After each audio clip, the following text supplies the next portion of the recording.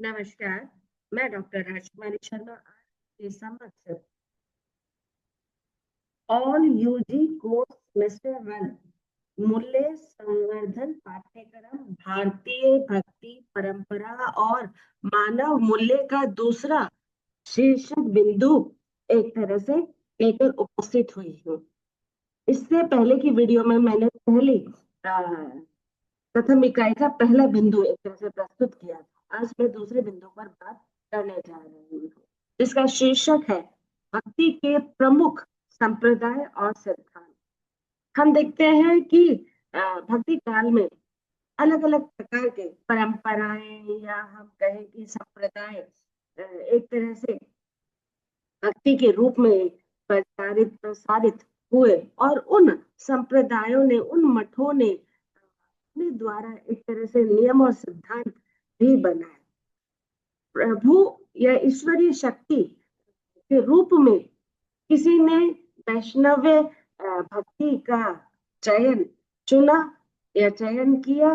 हाँ, और किसी ने हम देखते हैं कि भक्त के रूप में अपने आप को कैसे समर्पित किया और कई जो संप्रदाय हैं उन्होंने उन शक्तियों को किस प्रकार से अपने संप्रदाय के माध्यम से एक तरह से लोगों के समक्ष प्रस्तुत करने का भी प्रयास किया। उसमें हम देखते हैं कि अलग अलग संप्रदाय एक तरह से मुखरित होते हुए दिखाई दिए। 4 संप्रदाय का तो यहाँ पर एक तरह से नाम भी मैंने फोटो के माध्यम से दिखाने का प्रयास किया है।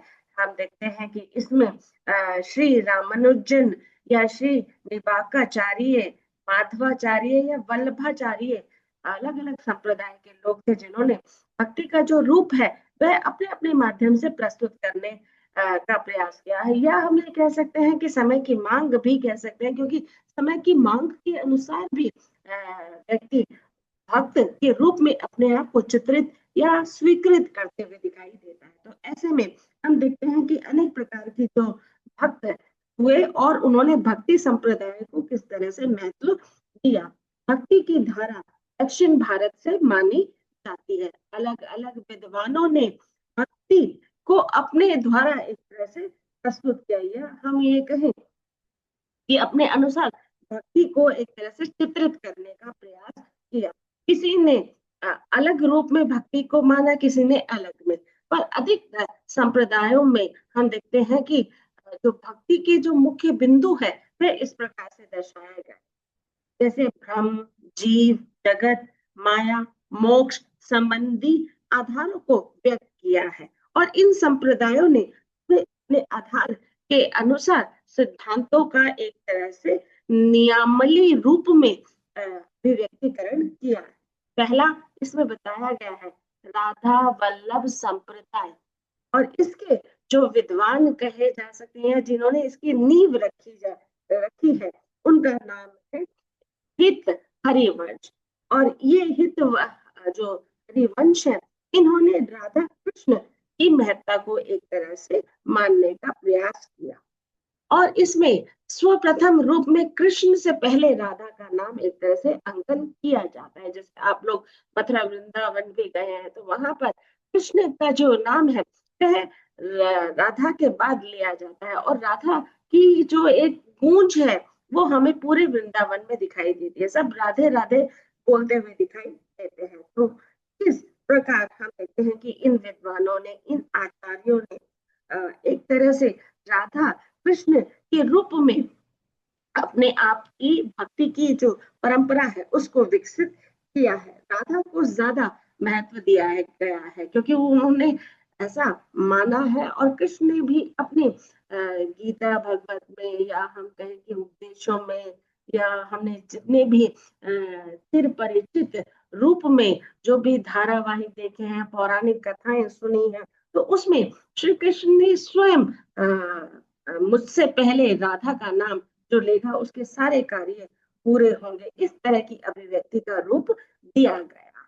भगवान कृष्ण की लीलाओं का गुणगान किया है कि हम देखते हैं कि जिस प्रकार से बंद आंखों ने यानी कि सूरदास जी ने कृष्ण की बाल लीलाओं, युवा लीलाओं का जो चित्रण किया है, वैसे ही इन संप्रदाय के लोगों ने भी कृष्ण की लीलाओं के द्वारा अपनी भक्ति का जो रूप है, स्वरूप है, एक तरह से व्यक्त किया है। यानी कि चारों तरफ हम देखते हैं कृष्ण की लीलाओं का गुणगान किया जाता है। इस संप्रदाय के लोगों ने राधा वल्लभ के नाम से ही राधा कृष्ण की एक आराधना की है, और उस रूप में उन्होंने राधा कृष्ण के रूप में अपनी भक्ति को एक तरह से नतमस्तकता यानी कि उनका समर्पण भावना दी।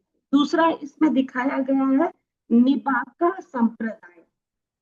इन्होंने भी कृष्ण के जो अवतारी रूप लेकर भक्त किस तरह से रक्षा करते हुए दिखाई देते हैं। यानी कि कृष्ण ने जब महाभारत के समय में एक तरह से धरती पर अवतार लिया तो वह किस तरह से भक्त की एक तरह से सुरक्षा या उसके हित के रूप में कार्य करते हुए दिखाई देते हैं। निबाकाचार्य का जो संप्रदाय है ये 13वीं सदी के आसपास इसकी स्थापना मानी जाती है, और इन्होंने हम देखते हैं कि दो मूल्य रूप या दो नियम सिद्धांतों को एक तरह से समय के अनुसार भक्ति काल में रखा, जैसे कि द्वैता द्वैत या भेदा भेदभाव के रूप में इन्होंने दो संप्रदाय या दो सिद्धांतों का के नियम को वहां पर चालित किया गया है। इन्होंने वैष्णव्य संप्रदायों ये वैष्णवीय संप्रदायों में से एक संप्रदाय माना जाता है। विष्णु की पूजा पर विशेष रूप से बल दिया है, और विष्णु और श्री कृष्ण एक ही हम कहेंगे रूप ही है भगवान के, विष्णु के, तो उस रूप में उनकी अर्चना पूजा करते हुए दिखाई देते हैं। भेद और अभेद दोनों पर एक तरह से बल दिया है। ईश्वर और जीव दोनों की महत्ता को एक तरह से बताया गया, यानी कि दोनों ही धरती पर एक तरह से आवश्यक माने गए हैं। इसका अवतारी रूप भक्तों के लिए माना गया है। भेद और अभेद में हम देखते हैं ब्रह्म जीव से भी एक तरह से अलग है और अलग नहीं भी है। यानी कि हम देखते हैं कि जो ब्रह्म है, यानी कि हम ब्रह्म उस रूप में माने कि वह जीव के अंदर है, जिस रूप में हम आत्मा को मानते हुए दिखाई देते हैं कि वो मनुष्य के अंदर भी है और जीव के अंदर भी है। यानी कि वो उस जीव में भी समाहित है और मनुष्य में भी एक तरह से समाहित है। तीसरा है इसमें हम देखते हैं कि किस तरह से उन्होंने शिव और कृष्ण की पूजा पर भी अपनी अभिव्यक्ति को एक तरह से महत्व बल देकर उसकी बात की है। तीसरा संप्रदाय है सखी संप्रदाय। सखी संप्रदाय से यह तात्पर्य है कि किस तरह से जो भक्त है वह ईश्वरीय शक्ति के प्रति अपनी सखी या सहपाठी या मित्र के रूप में अपने आप को दर्शाता हुआ दिखाई दिया है। और इसकी जो स्थापना है 1441 ईस्वी में हुई, और इसके जो संप्रदाय के नींव करता है या नेतृत्व करता है वह है स्वामी हरिदास। उन्होंने भगवान कृष्ण की लीलाओं का अद्भुत वर्णन किया है, मतलब जो देखते ही मनमोहक हो जाए और उसमें खो जाए उस तरह का वर्णन यहाँ पर एक तरह से स्वामी हरिदास ने किया है। और हम देखते हैं कि किस तरह से वह जो सखी है वह स्त्री के रूप में भी है और नपुंसक के रूप में भी एक तरह से मानी जाती है। सखी से यहाँ तात्पर्य सहचरी से है कि किस तरह से वह भक्त अपने ईश्वरीय शक्ति के प्रति अपने आप को मित्र के रूप में रखता हुआ दिखाई देता है और उसकी सेवा भी करते हुए दिखाई देता है। कृष्ण ने ही संसार की रचना की है और दुष्टों का नरसंहार के लिए अवतारी रूप में एक तरह से उन्होंने जन्म लिया है भक्ति काल के समय में। इस संप्रदाय में भक्त श्री कृष्ण को एक तरह से सखी बनकर उनकी श्रद्धा, उपासना और सेवा करते हुए दिखाई देते हैं।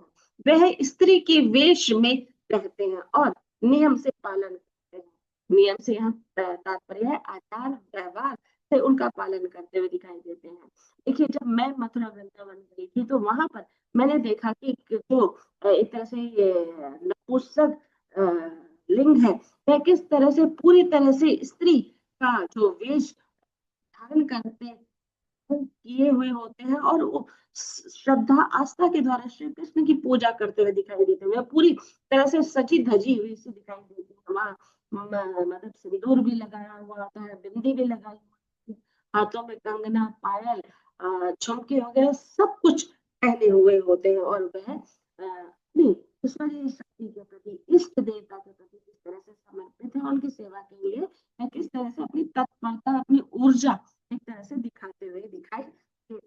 चौथा संप्रदाय है गोनीय या गोडीय संप्रदाय। यहाँ कई लोगों ने इसे गोनीय माना है, पर असल में गोडीय संप्रदाय, गौड़ीय संप्रदाय श्री चैतन्य महाप्रभु द्वारा एक तरह से इसके नींव रखी थी और इसमें राधा कृष्ण की शक्तियों का गुणगान किया है कि किस तरह से वह अपनी शक्तियों के द्वारा भक्त के मन को एक तरह से उनके दुखों को हरते हुए दिखाई देते हैं। कृष्ण की सत्ता, श्री कृष्ण की महत्ता को सर्वोपरि रूप में एक तरह से माना गया है कि विश्व में हम देखते हैं या संसार में सबसे जो ऊंची शक्ति है वह श्री कृष्ण की शक्ति मानी गई है। राधा कृष्ण की शक्तियों के को स्वरूप की दृष्टिगत रूप में दिखाया गया। हम देखते हैं भक्ति काल में सूरदास है और तुलसीदास है, कबीरदास है,